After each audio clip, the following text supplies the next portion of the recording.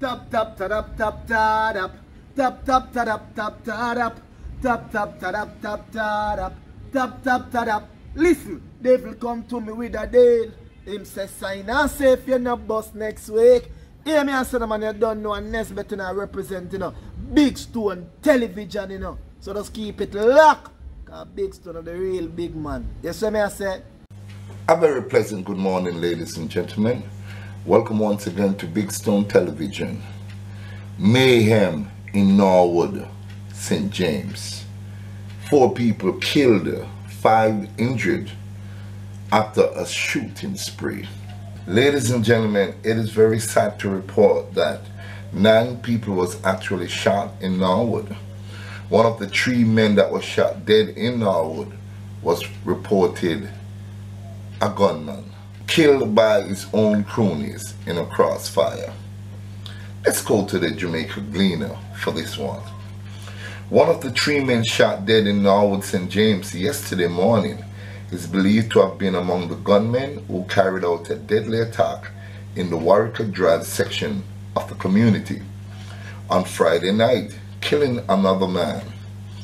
Those slaughtered in the bloody mayhem which unfolded in the community, blanketed by a zone of special operations, have been identified as 22-year-old Damien Minto and 25-year-old Leroy Martin, both of Warrica Drive, as well as 17-year-old Devontae Lindo, a store clerk of Egypt Lane in Cherry Gardens, and all in Norwood. The other victim, believed to have been one of the shooters, remained unidentified up to press time last night. The Freeport Police report that the latest incident took place about 10:15 a.m. on Warrica Drive, after 4 men armed with high-powered weapons entered the community using a footpath from an adjoining area and opened fire at persons walking and sitting along the roadway. The gunmen reportedly chased both Martin and Minto. It is also reported that while Minto was being chased, a stray bullet struck a 14-year-old girl who was inside her home getting dressed to attend church. The unidentified male is believed to have been shot dead by his cronies as they fired wildly at persons in the community. 5 other persons were also injured during the hail of bullets and are being treated at hospital. National Security Minister Dr. Horace Chang and Area 1 Commander, Assistant Commissioner of Police Clifford Chambers visited the scene following the shooting. First, there was a shooting earlier in the night in Cherry Gardens where a young man was killed in the vicinity of his house. We're not sure, but its second shooting appears to have been some retaliation to the previous incident. Chang, who's also a member of Parliament for St. James North Western, told the Sunday Gleaner. There are clear indications of where they came from and who they are, and the police have been using their intelligence skills very effectively over the past weeks, and I expect them to find the perpetrators of these crimes and get them off the streets, he added. Chambers said his detectives would be leaving no stone unturned, adding that more than 50 spent casings were found at the site of the second attack. One person who was shot and killed, allegedly he was one of the attackers, so it is clear where this is coming from, and investigations so far are pointing us in the right direction, he said. Chang and Chambers paid visit to the relatives of the teenage girl and family members of the other 4 injured victims. Residents of Warrica Drive condemned the murders, saying that the victims were good men. Them never deserved to dead the way them dead.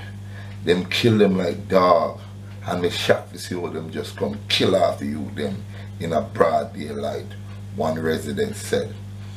In the earlier attack, which took place at about 8:15 p.m. on Friday, gunmen struck in Cherry Gardens, killing Lindo. Reports are that the 17-year-old store clerk was on his way from work when he was ambushed. Since the start of the year, at least 53 people have been killed in St. James. Ladies and gentlemen, it touches the core of my heart when I read the newspaper and find that our young brothers are killing young brothers. I understand that there is a lot of pain and there's a lot of old sores that need dressing. I understand that people have lost loved ones and it's very hard for those scars to heal. I don't know what the situation is. I don't know what caused the original conflict. But I'm only hoping that we can use the negativity that this has caused on both sides of the warring factors. People are losing people on both sides. You killed a friend of mine, I'm gonna go over there and kill a friend of yours. So when will this madness stop? When will we really realize that we're not doing our community, our friends, our families any good? People are dying out there and innocent people are getting shot. Look at this little girl on her way to church, minding her own business, getting ready to praise the Lord, and she was shot. I know the gunman wasn't aiming at her because she was shot in an adjoining house close by from what you would call a stray bullets. But when you fire the gun, we don't know where these bullets are gonna end up. So I'm appealing to you, all of you. It is time now for us to say enough is enough. We have killed enough of each other.